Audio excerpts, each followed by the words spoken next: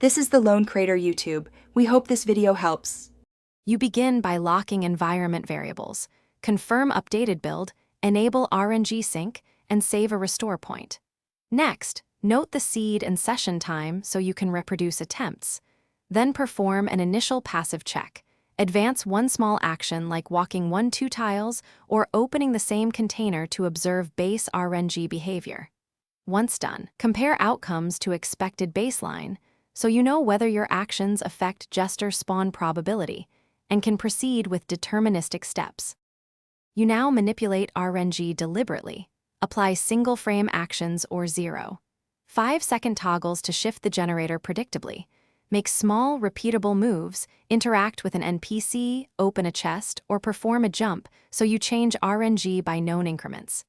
Keep a simple log, frame count, avatar coordinates, and whether the Jester spawned.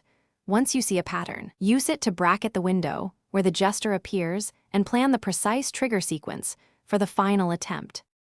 You execute the final run by restoring your save and recreating the bracketed frame window, then performing the trigger sequence with precise timing and minimal extra inputs.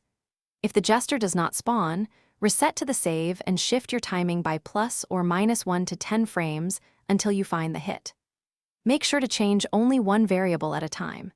If problems persist, record the seed, exact step list, and timing so you or collaborators can analyze persistent RNG anomalies and refine the method. Thanks for watching. Consider subscribing if we helped you.